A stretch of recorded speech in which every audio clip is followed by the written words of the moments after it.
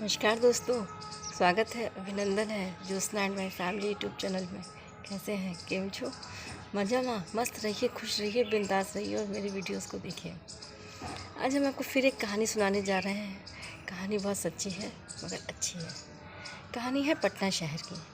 पटना शहर के किसी गाँव में अर्जुन रजत अपने माँ बाप के साथ आराम से रहते थे। किसी प्रकार की कोई टेंशन नहीं थी।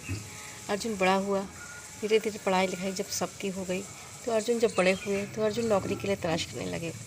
उसका एक सपना था कि हम आर्मी में जाएंगे। भगवान की कृपा से 3-4 साल के बाद में अर्जुन की नौकरी लग गई। अर्जुन की भी शादी हो गई थी। उसकी पत्नी थी, उसका नाम रेखा था। उसकी 2 लड़कियां थीं। उसका छोटा भाई था रजत, उसकी भी शादी हो गई थी। हालांकि रजत पढ़ ही रहा था लेकिन शादी कर दी गई थी क्योंकि गांव में शादियां पहले हो जाती थी। तो शादी हो गई थी। उसका एक बेटा और एक बेटी था। खैर, जब अर्जुन की नौकरी लग गई तो बहुत खुश हुए सब लोग। लेकिन अर्जुन का जो भाई था रजत, वो मन ही मन अर्जुन से बहुत चिढ़ता था कि देखो भैया की सरकारी नौकरी लग गई और मेरी कोई नौकरी नहीं लगी अभी। लेकिन वो प्रयास कर रहा था। उसकी पत्नी तो उससे ज़्यादा भी चालाक थी। खैर, वक्त गुजरता चला गया। अर्जुन इधर नौकरी करता था, 6-6 महीने पे आता था, अपनी पत्नी से मिलता था, अपने माँ बाप से मिलता था, घर में अपने भतीजे भतीजों के लिए सामान लाता था, अपनी लड़कियों के लिए लाता था। ऐसे वक्त गुजरता चला गया।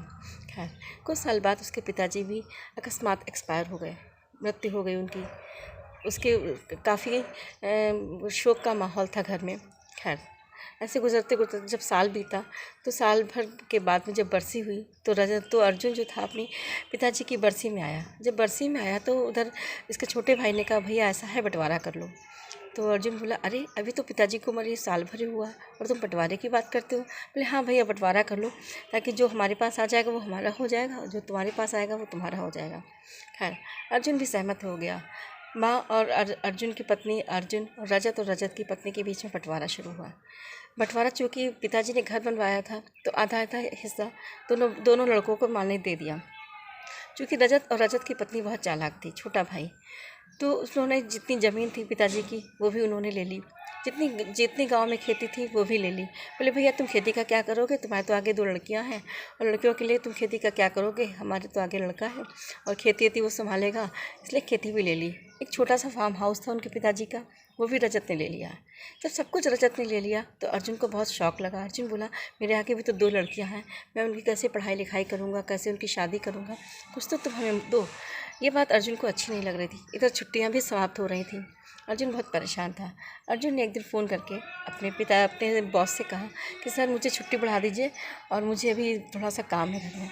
चूँकि उसके बॉस से बहुत अच्छी सी केमिस्ट्री थी, बहुत अच्छी सी उनकी एक आत्मीयता के संबंध थे। उसके बॉस ने पूछा अर्जुन क्या बात है, तुम बहुत परेशान हो? तो अर्जुन ने अपनी सारी बातें बताई कि सर ऐसी ऐसी बात है, हमारे घर में जितना भी बंटवारा हो रहा है सब छोटा भाई ले रहा है, हमको कुछ हिस्से में नहीं दे रहा, केवल पिताजी का एक मकान का आधा हिस्सा मिला है। तो अर्जुन के जो बॉस थे अर्जुन से बोले अर्जुन कोई बात नहीं, जो तुमको मिल रहा है वो एक माँ का प्रसाद समझ के ले लो, लेकिन तुम उसको स्वीकार कर लो और जो उनको मिल रहा है उनको ले जाने दो, क्योंकि जो तुम्हारे भाग्य में है वो मिलेगा और जो नहीं है वो भाग जाएगा। खैर, ये सोच कर अर्जुन बहुत उसने संतोष कर लिया। अर्जुन ने केवल अपने पिताजी का आधा मकान ही ले लिया। धीरे धीरे ऐसे ही वक्त बीतता चला गया। अर्जुन की जो लड़कियां थीं, 2 लड़कियों ने सिविल की परीक्षाएं पास करी और पुलिस में नौकरी लग गई। एक की बिहार में, एक की पटना में। भगवान की कृपा से दोनों लड़कियां भी सेटल हो गई, उनकी बाद में शादियां हो गई। इधर जो रजत का लड़का था, चूँकि रजत बहुत ही चालाक था तो रजत का लड़का उससे ज़्यादा चालाक था। रजत का लड़का बड़ा हुआ, वो फ़ॉरेन चला गया, वो फ़ॉरेन में ही सेटल हो गया। उसने वहीं शादी कर ली, वहीं रहने लगा। उसने कहा हम यहाँ आके क्या करेंगे। लड़की थी उसकी भी शादी कर दी गई, वो भी कुछ सुखी नहीं थी। इधर रजत की जो पत्नी थी उसको भी पैरालिसिस का अटैक पड़ गया, उसको भी लकवा मार गया। अब रजत बहुत परेशान था। रजत के भी धीरे धीरे एक अंदर से बीमारी लग गई, उसके दोनों वाल ख़राब हो गए। कहते हैं ना कि कभी अति नहीं करनी चाहिए। और इधर अर्जुन का परिवार, जो कि अर्जुन की भी लड़कियों की शादी हो गई थी, अर्जुन भी रिटायर हो गया।